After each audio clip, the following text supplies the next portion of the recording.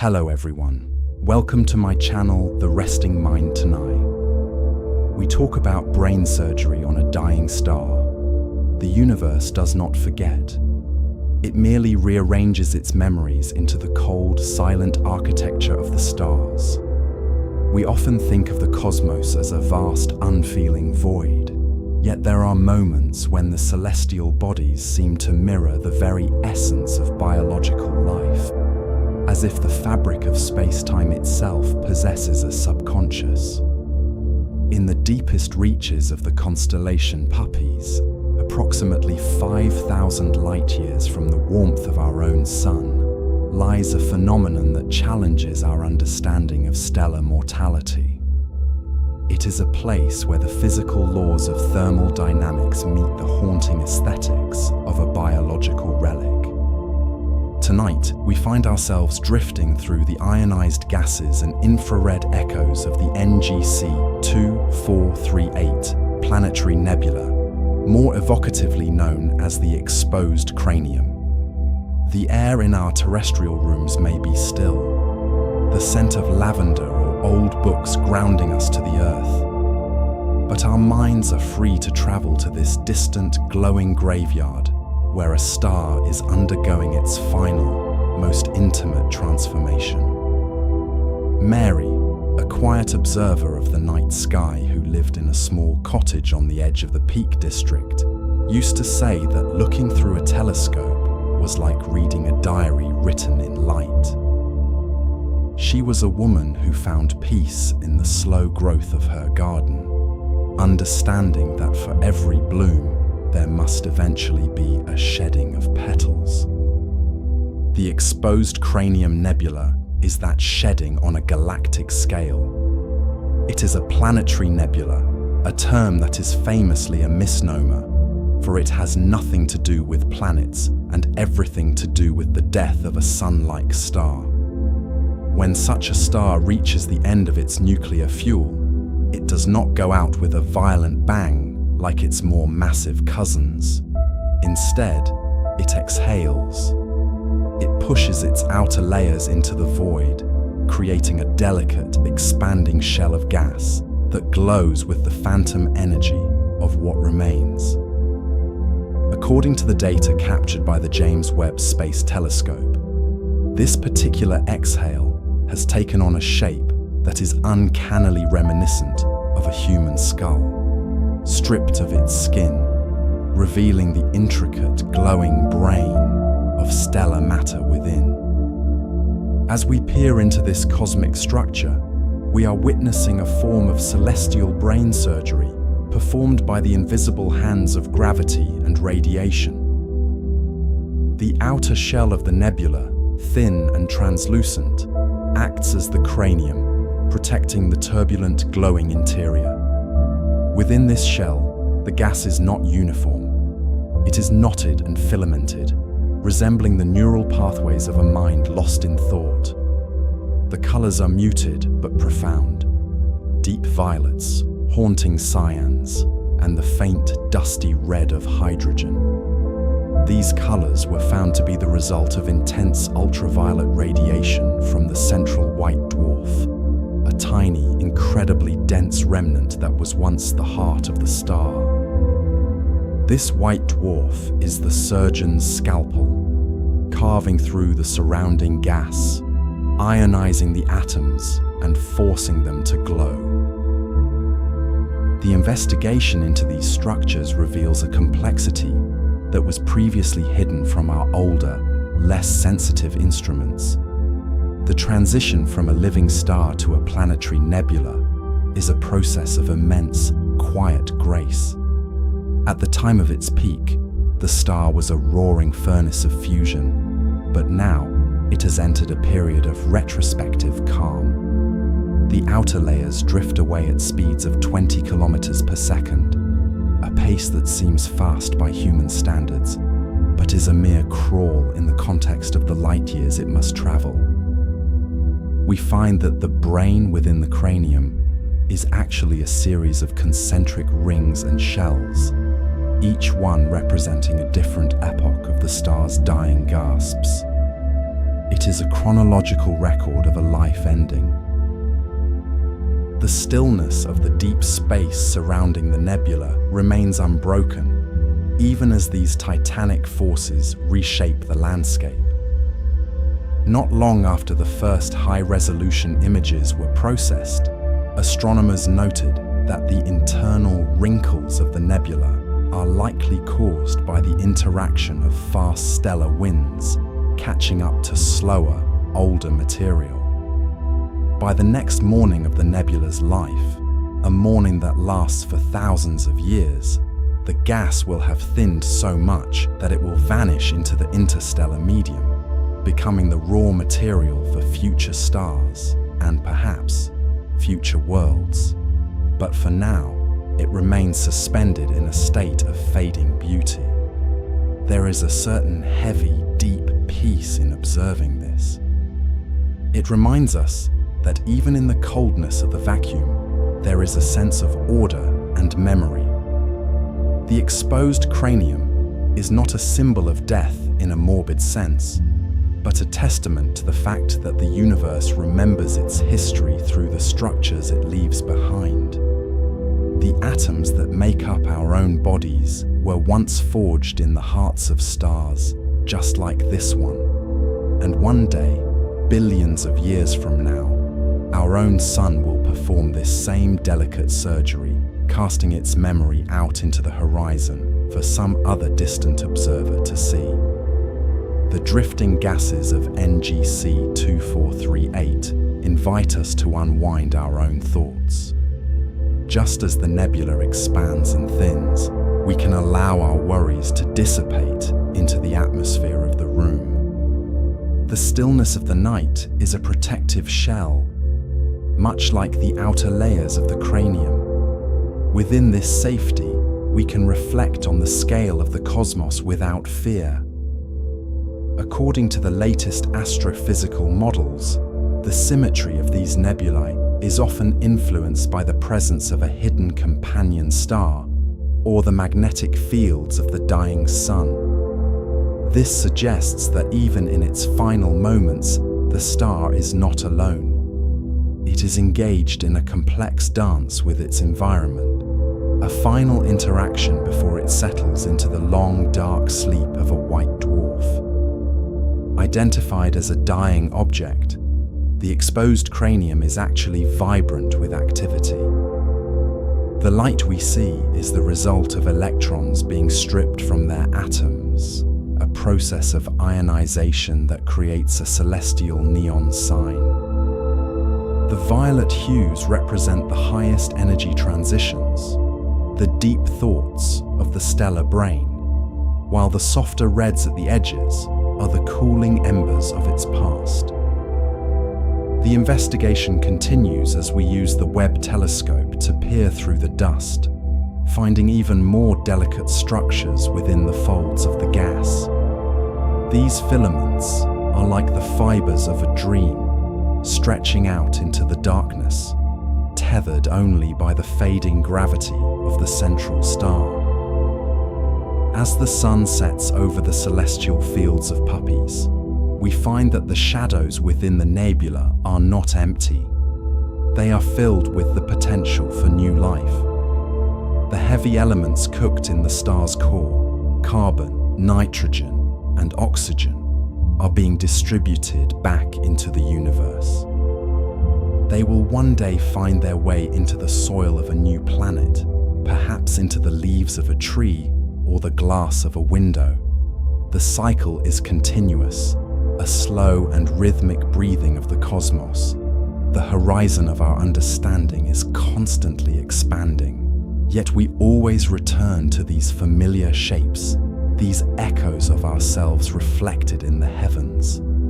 The stillness of the nebula is a reminder that there is a time for everything, a time to burn brightly, and a time to fade softly into the night.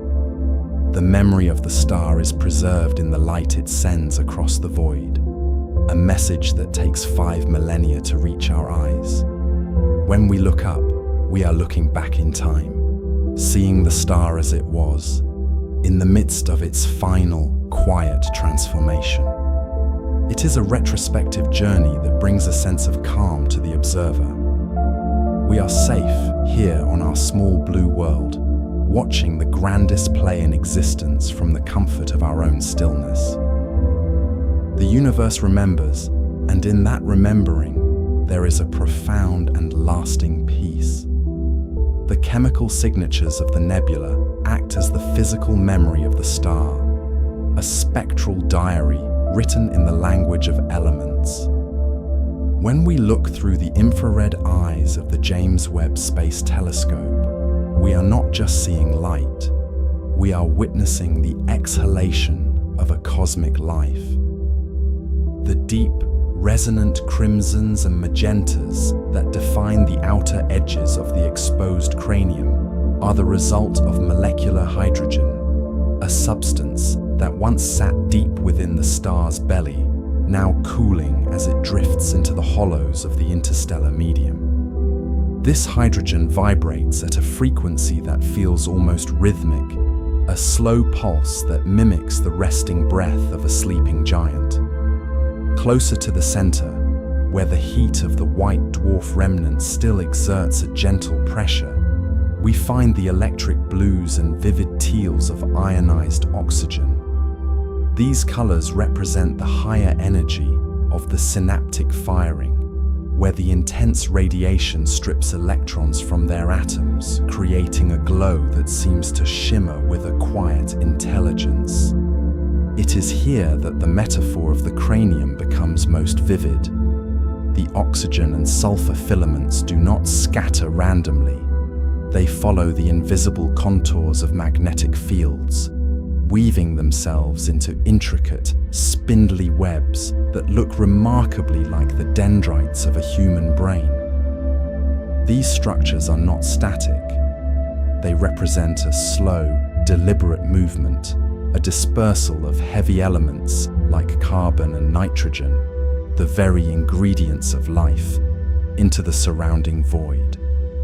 The nebula is, in essence, a celestial garden being sown. Every wisp of gas we observe carries the potential for future worlds, and as we watch this brain of the cosmos expand, we are seeing the raw materials of the next generation of suns being laid out in the stillness of the night. The transition from a fiery core to a delicate, glowing lattice is a testament to the fact that in the universe, nothing is ever truly lost. It is merely redistributed, becoming a part of the greater, silent whole. The James Webb Space Telescope began its delicate engagement with the Exposed Cranium Nebula by unfurling its golden honeycomb mirrors. A silent mechanical ballet performed 1,000,000 miles from the nearest human hand. This first phase of the descent required a high density of precision, as the mid-infrared instrument, or MIRI, had to be cooled to a temperature just a few degrees above absolute zero to detect the faint thermal whispers of the dying star. While the outer shells of the nebula drifted at speeds of thousands of miles per hour, the internal structure remained a dense thicket of molecular hydrogen and complex hydrocarbons. Scientists observed that the brain of this nebula was not a hollow shell, but a layered archive of every nuclear reaction that had occurred over the last 10 billion years. The data began to flow in a steady, rhythmic stream, revealing that the central white dwarf was still vibrating with a frequency that resonated through the surrounding gas. These pulsations acted like a cosmic sonar, mapping the density of the dust clouds that looked, to our eyes, like the folds of a cerebral cortex. We found that the heat signatures were strongest where the stellar winds met the resistance of the interstellar medium, creating glowing ridges of light that mirrored the electrical impulses of a nervous system. The investigation turned toward the chemical composition of these ridges, identifying a surprising abundance of crystalline silicates, similar to the sand found on a quiet beach. These tiny grains, born in the heart of a stellar explosion, were now cooling and settling into the dark spaces between the stars, waiting for the gravity of a future world to claim them. Under the watchful eye of the telescope, the chaos of the explosion began to reveal a structured, almost orderly transition from life to legacy. Each layer of the nebula represented a different epoch of the star's history, a high-density record of a time when the universe was younger and the night was slightly brighter. By the next morning, the first high-resolution maps of the interior were complete, showing that the surgery had been a success, peeling back the veil of light to show the skeletal remains of a sun that once was.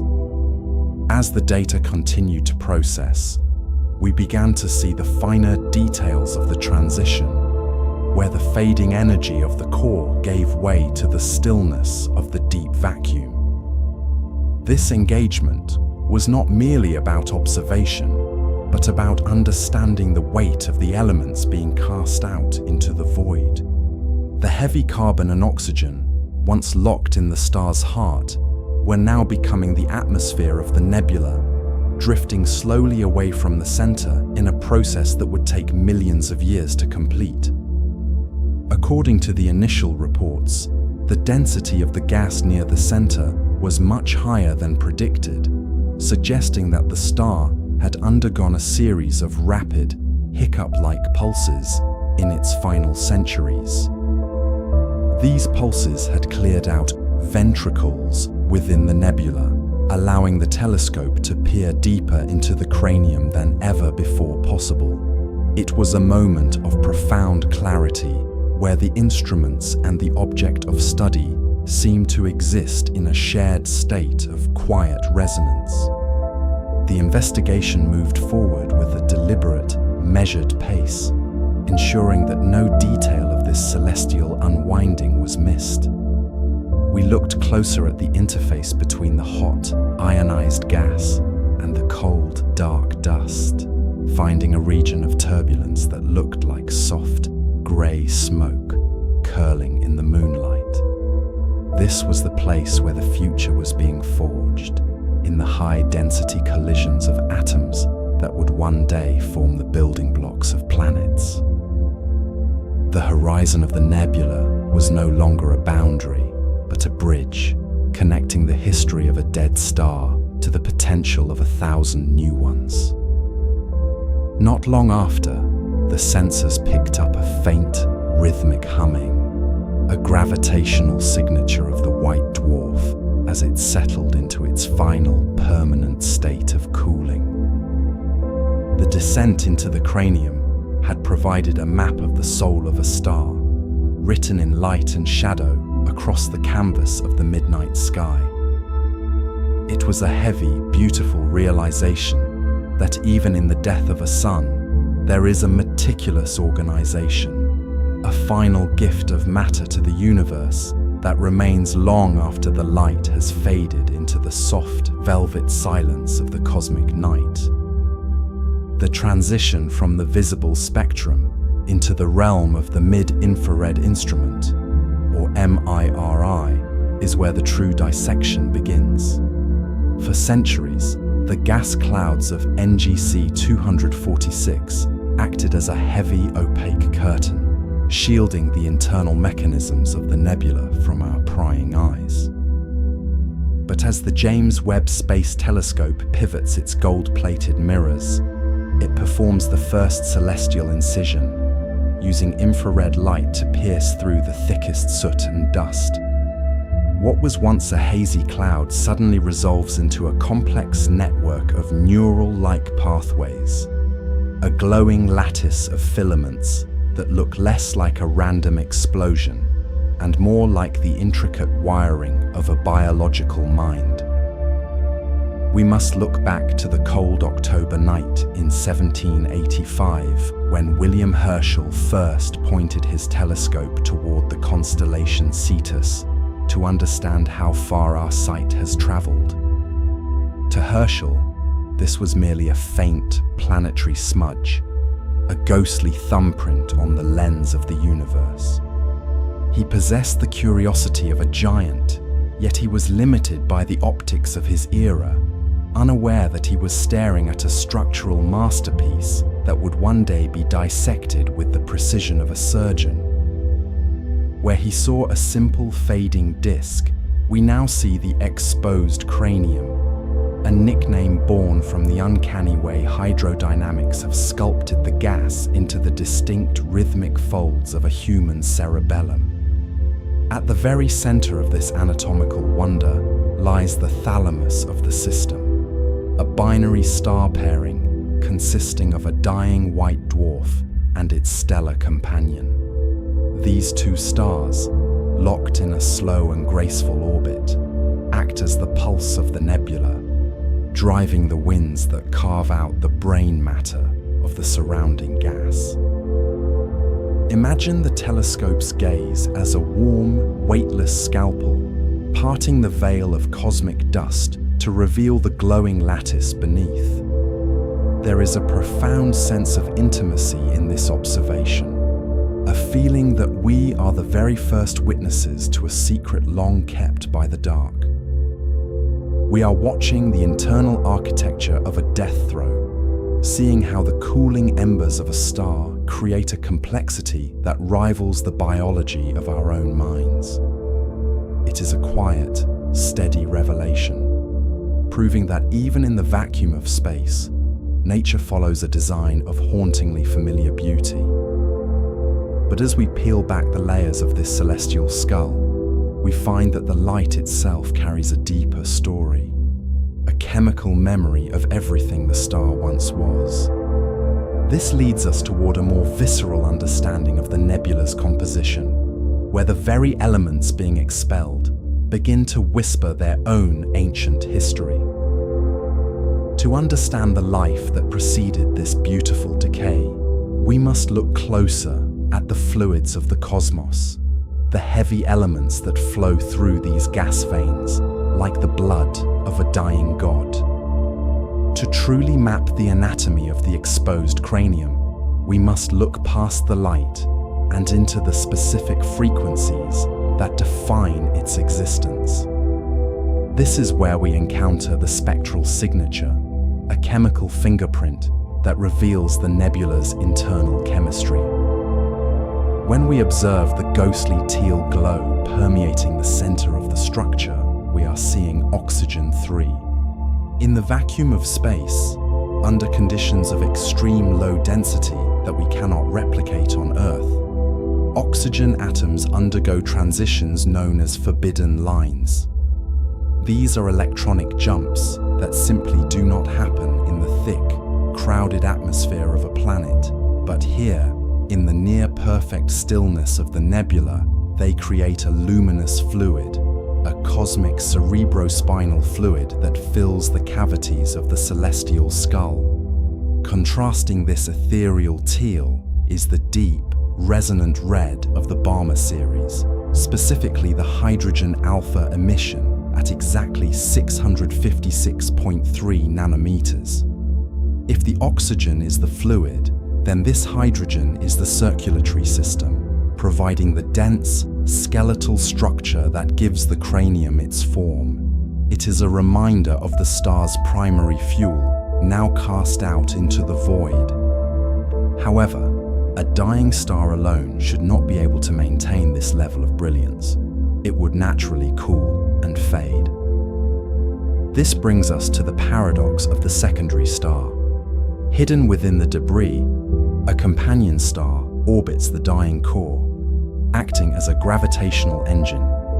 It pumps ultraviolet energy into the surrounding gas, keeping it ionized and thinking, ensuring the nebula remains visible long after it should have gone dark.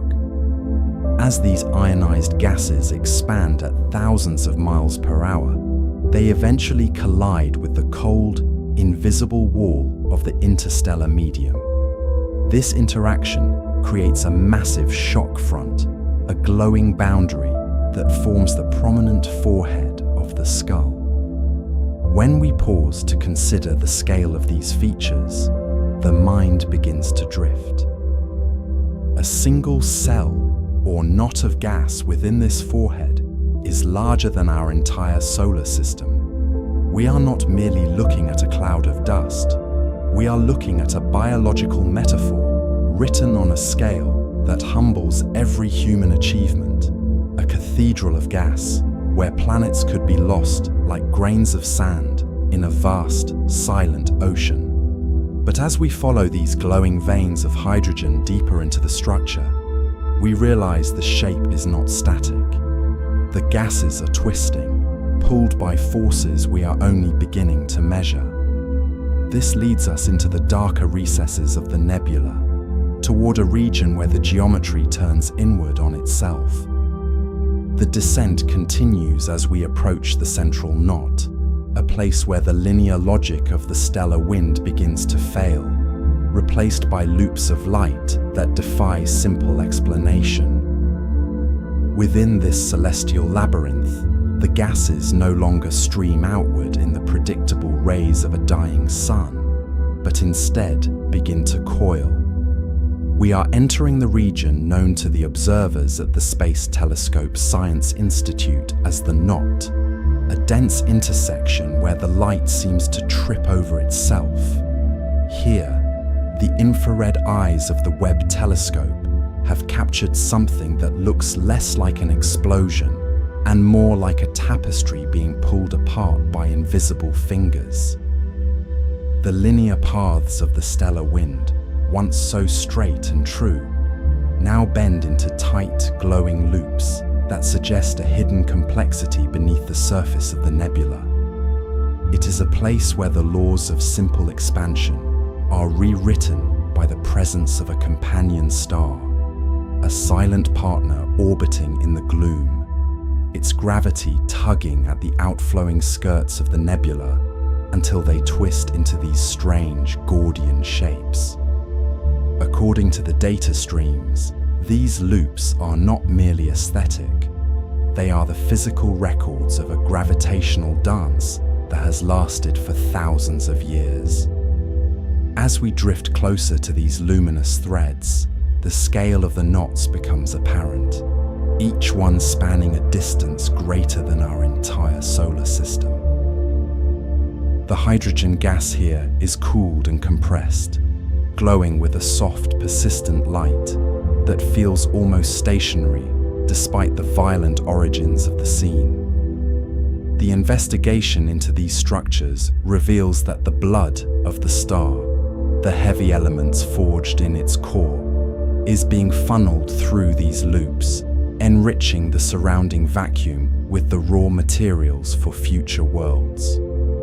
By the next morning of our observation, the maps we draw of this region show a chaotic, beautiful symmetry.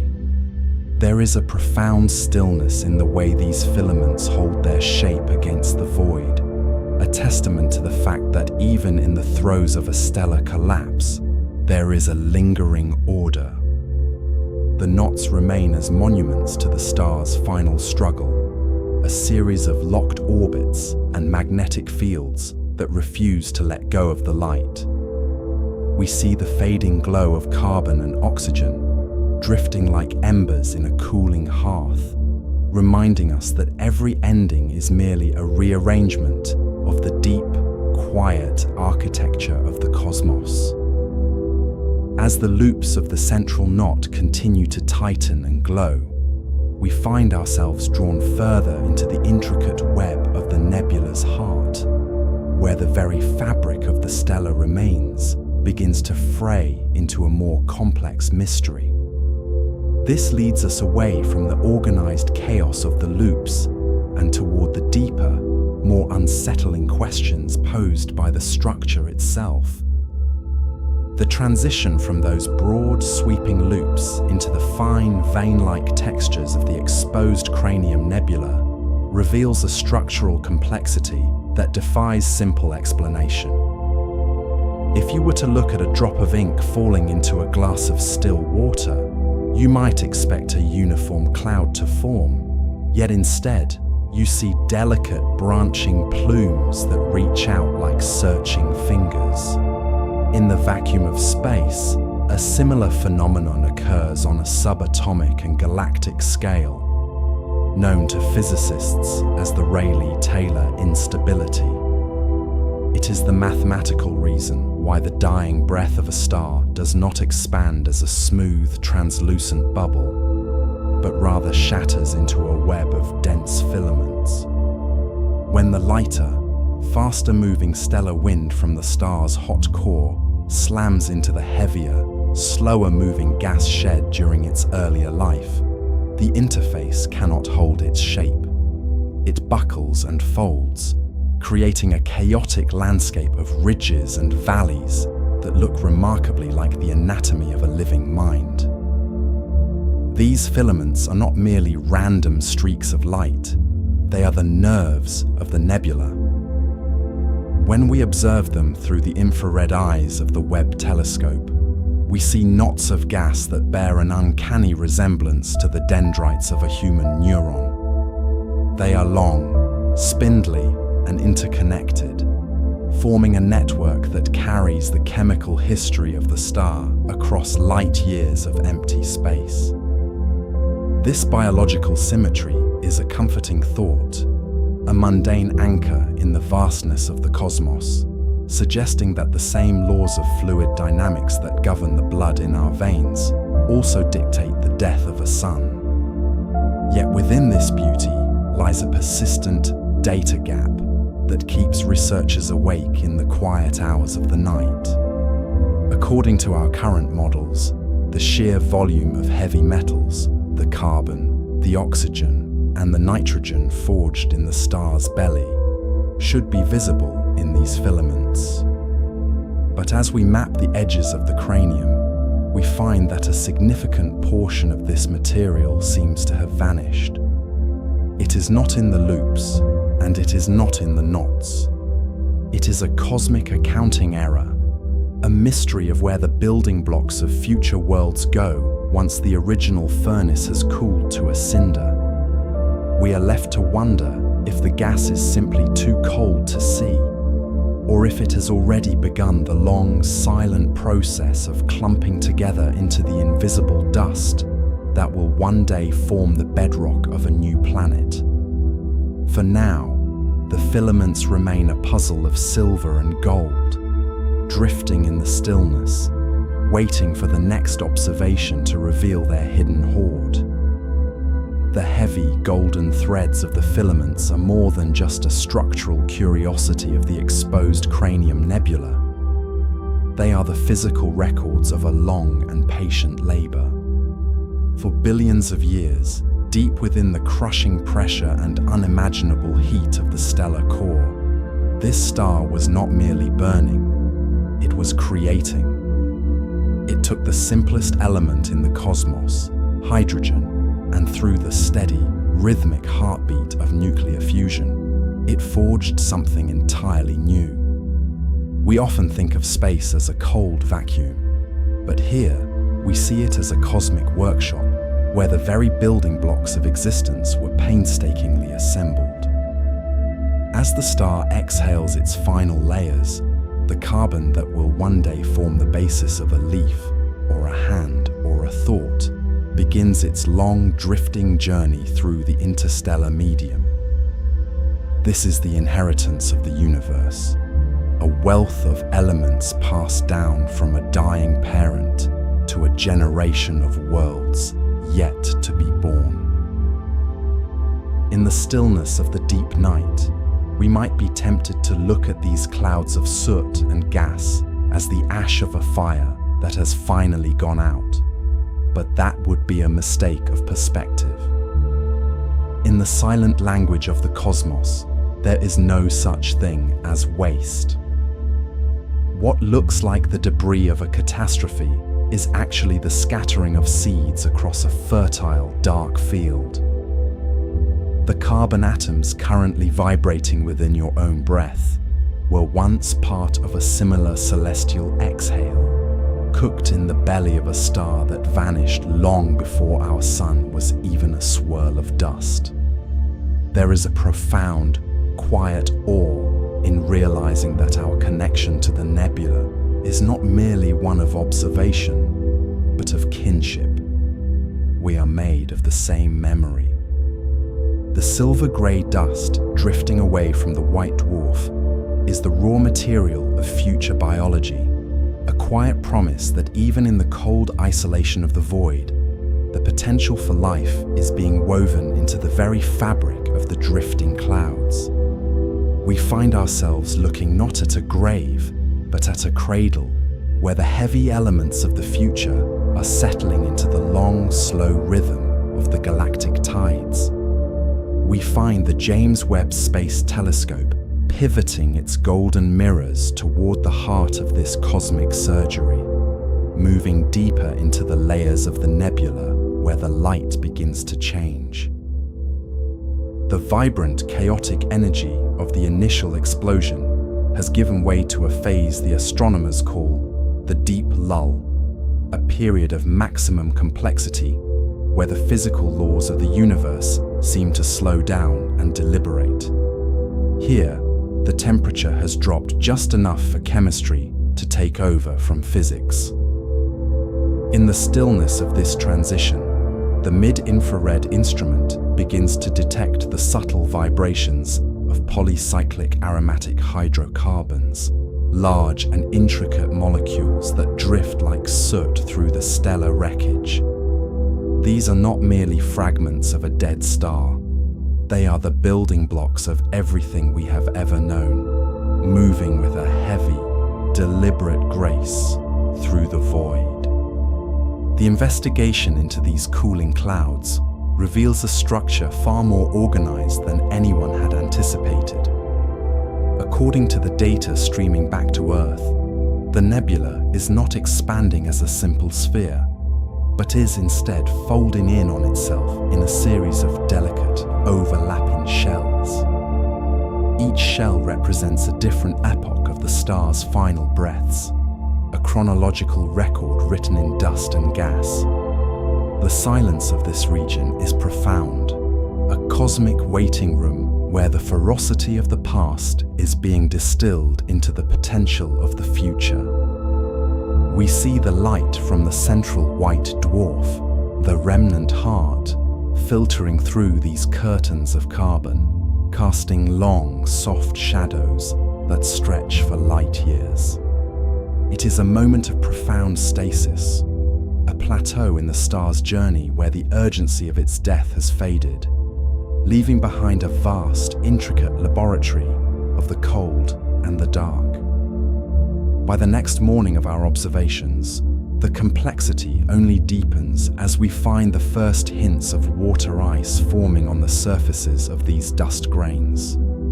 It is a quiet, transformative process that occurs far from the heat of the core, in the pockets of the nebula where the shadows are deepest. The drift of these particles is slow, governed by the faint pressure of starlight and the ghost of the star's magnetic field. Not long after, we realize that this deep lull is not a sign of the end, but a necessary period of maturation. The nebula is cooling, settling, and preparing itself for the long journey through the interstellar medium, where it will eventually encounter other clouds and begin the cycle of creation once again. In this stillness, the heavy elements are identified as the legacy of a life well lived, drifting toward the horizon of a new dawn. As the last echoes of the star's thermal pulse fade into the background radiation of the universe, we prepare to leave this cradle of complexity behind. The deep lull remains unbroken, a testament to the enduring memory of the cosmos. Would you like me to generate a detailed simulation of how these complex carbon and ice-coated grains interact within the nebula's magnetic fields over the next 10,000 years? The intense radiation that once defined the life of this star begins to surrender its grip on the surrounding gas, marking the onset of a profound thermal descent. In the heart of the Exposed Cranium Nebula, the temperature of the central white dwarf remains a staggering 100,000 Kelvin, yet the surrounding shroud of gas is already beginning its long, slow march toward the freezing point of the universe. This is a transition of immense scale, where the frantic, violent motion of particles gives way to a rhythmic, heavy stillness that spans across the light years. As the energy bleeds away into the vacuum, the atoms within the nebula walls lose their chaotic velocity, settling into a state where every vibration is measured and every collision is rare. We are witnessing the birth of a cosmic silence, a cooling process that will last for tens of thousands of years until the once furious plasma matches the near absolute zero of the deep space that cradles it. At the very fringes of this cooling structure, where the cranium meets the interstellar medium, the laws of thermodynamics begin to flirt with the surreal. In these pockets of extreme cold, matter can reach such low energy states that the individual identities of atoms begin to blur into one another, forming Bose-Einstein condensates, where thousands of particles act as a single, giant quantum wave. These strange, ghostly clusters of matter drift through the nebula like shadows of a former existence, behaving more like light than like the solid gas we understand. The molecules within these clouds move with an ocean wave rhythm, swaying in a slow, hypnotic vibration as they shed the last remnants of their heat into the dark. Imagine the gentle, undulating pulse of a tide that takes a century to recede, a long and liquid movement of hydrogen and helium atoms as they find their final resting places in the cold. The heavy silence of this cooling is not an absence of activity, but rather a shift in frequency, a transition from the high-pitched scream of a dying sun to the low, resonant hum of a universe at rest. The molecules do not simply stop, they drift into a lingering, beautiful exhaustion, their paths through the void becoming long, elegant curves that trace the invisible magnetic lines of the nebula. This is the thermodynamics of the long sleep, a cooling so gradual and so certain that it feels less like physics and more like a slow, rhythmic breathing. The heat of the past is now only a memory, a faint glow fading into the eternal, velvet dark of the horizon. The silence of the deep infrared is not merely a lack of sound, but a manifestation of distance. When we gaze upon the filaments of the exposed cranium, we see what look like neural pathways, glowing threads of hydrogen and dust that seem to pulse with an internal logic. But if we imagine this nebula as a cosmic brain, we must reckon with the agonizingly slow speed of its thoughts. To send a single signal from one side of this luminous mind to the other, a photon must trek across 6 light-years of emptiness. A thought conceived in the star's southern pole would take over half a decade to reach the northern fringes. This is a consciousness that operates on the scale of eras, where a single blink of awareness spans more time than a human education. Within this vast architecture, each gas knot exists as its own isolated island. These filaments, though they appear connected in the Webb photographs, are often separated by voids so profound they defy the imagination. Each cluster of gas is like a city of starlight, yet its nearest neighbor is trillions of miles away. There is a profound solitude in this spacing. Between the glowing embers of the dying star's atmosphere, there is nothing but the cold, neutral vacuum, a quiet peace that has not been disturbed for millennia. The gas does not collide, it simply drifts, held in a delicate, gravitational suspension. We should take a moment here to truly let that scale settle into our minds. We will sit with the silence for 5 seconds, imagining the sheer, echoing room between these particles. In this cosmic pause, the urgency of the living world feels very far away.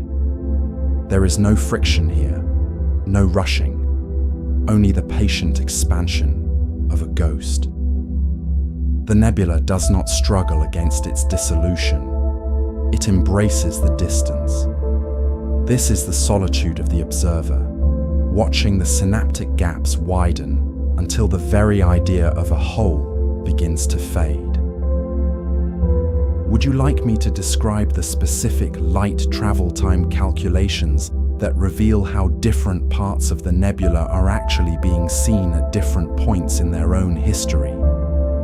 Within this widening silence, the observer begins to feel a subtle, tectonic shift in perspective, where the scientific scale of the Exposed Cranium Nebula dissolves into something far more ancient and intimate.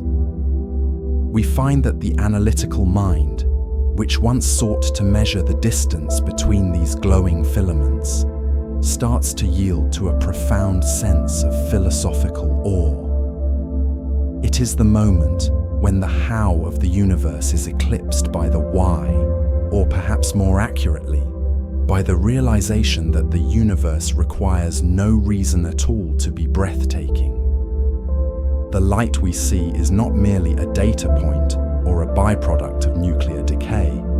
It is a lingering pulse of a life that spanned billions of years, now surrendering its complexity back to the void. This transition marks a descent into a deeper layer of the cosmic story, where the individual identity of the star is lost to the collective history of the elements. We are witnessing a redistribution of wealth on a galactic scale as the carbon, oxygen, and nitrogen forged in the stellar core are offered up to the cold reaches of interstellar space. There is a heavy, quiet dignity in this process, much like the fading embers of a hearth in an empty house. The investigation of these gaseous veils reveals that they are not just remnants, but precursors, the raw materials for future worlds that have yet to be dreamt of. According to the laws of entropy, this scattering is inevitable, yet as we watch the soft glow of the nebula's outer shell drift further into the dark, the mind cannot help but feel a sense of kinship with the dying light. By the next morning of the cosmic calendar, these atoms will have traveled light years, carrying the legacy of a vanished sun into the deep stillness of the horizon. We realize that we are not just looking at a distant object, but at a mirror reflecting our own ephemeral nature, wrapped in the protective velvet of the night. This tendency to find ourselves in the silent architecture of the cosmos is not a mere coincidence of the imagination, but a deeply rooted biological imperative. Our ancestors, navigating the tall grasses under a much younger moon, survived because their brains were exquisitely tuned to detect the curve of a jaw or the glint of an eye in the shadows. This survival mechanism, known as pareidolia, has traveled with us from the savannah to the telescope.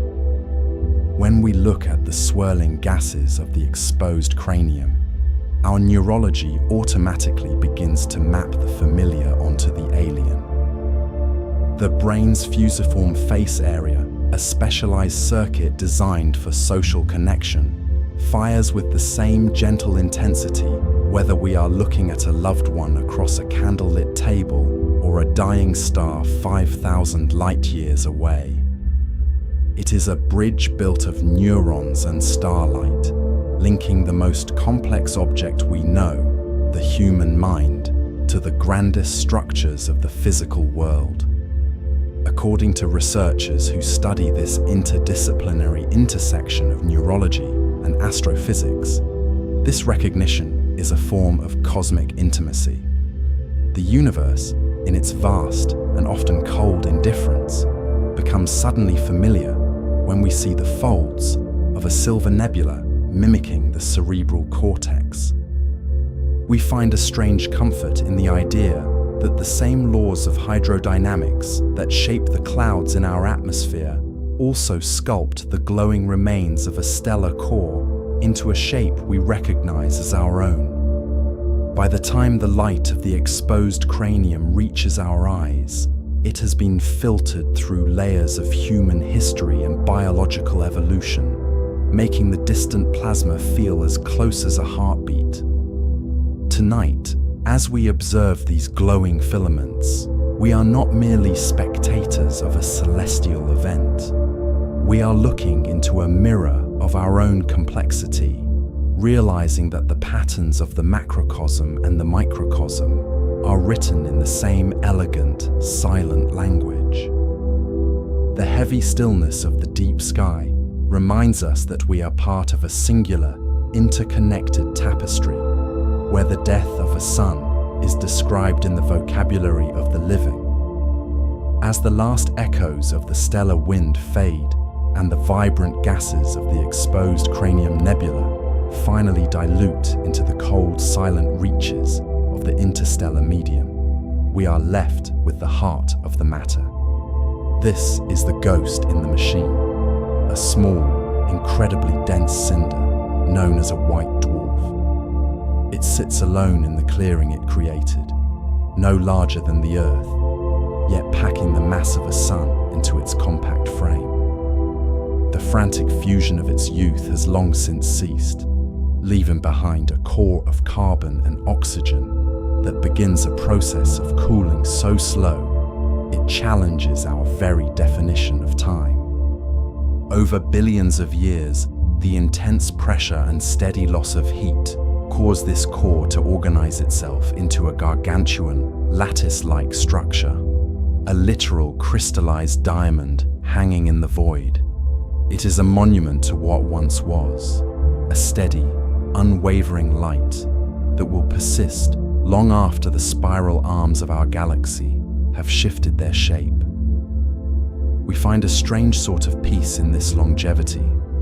The universe provides a safety valve for our anxieties about endings by operating on a scale that transcends the human concept of a ticking clock. This white dwarf will eventually transition into a black dwarf, a theoretical state where the star has cooled so completely that it no longer emits heat or light. It becomes a dark, solid passenger in the cosmic dark.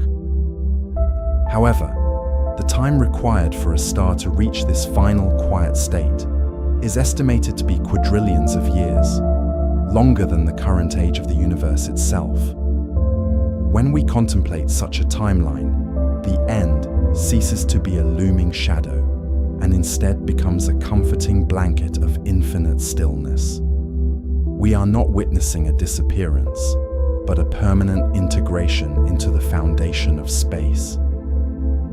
This cold diamond core is a promise of endurance, a silent witness to the unfolding of eons, reminding us that even when the fire goes out, the essence remains, anchored in a stillness that nothing can disturb.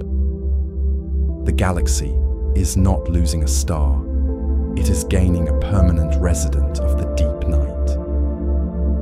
The cooling of the exposed cranium nebula has now reached a threshold where the distinction between matter and light begins to soften, entering a state of pure texture that the James Webb Space Telescope captures as a ghostly, iridescent haze. In this fifth phase of the star's descent, we witness the process of dilution, where the once sharp boundaries of the stellar core dissolve into the surrounding vacuum. The heavy elements, forged in the heat of 1 billion years, are no longer compressed into a singular point of light, but are instead drifting outward like a fine silver mist caught in a slow-motion breeze. We see the carbon and oxygen molecules spreading thin, creating a celestial tapestry that feels more like the weave of a delicate fabric than the remains of a violent explosion. The sensors on the Webb telescope detect a shift in the infrared signature, moving away from the rhythmic pulsing of thermal energy toward a steady, low-frequency hum. This is the sound of a system finding its equilibrium with the cold of the deep. The light here is not golden or white.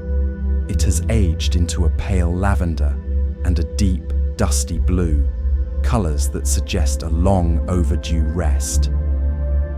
According to the data streams, the density of the gas in this region has dropped so significantly that a single cubic meter of space contains fewer atoms than a breath of mountain air. Yet the visual impact is profound. It is the texture of fading silk or the grain of ancient wood, a visual representation of time itself stretching out to touch the edges of the galaxy. By the next morning of the nebula's life, these filaments will have stretched even further, becoming so translucent that the distant stars behind the nebula will begin to shine through its tattered veil. The investigation into these outer layers reveals a surprising lack of turbulence, suggesting that the star's final movements were not a struggle, but a graceful surrender.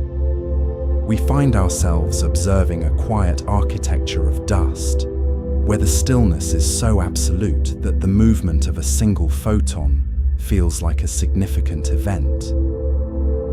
The nebula is no longer a localized disaster. It has become a landscape, a place where the memory of the star is written in the very curvature of the light that passes through it. As the density continues to fall, the warmth of the original fire is replaced by a cooling touch that invites the observer to let go of the need for answers and simply exist within the drift. This dilution is the final step toward becoming one with the velvet void that awaits every traveler in the cosmic dark.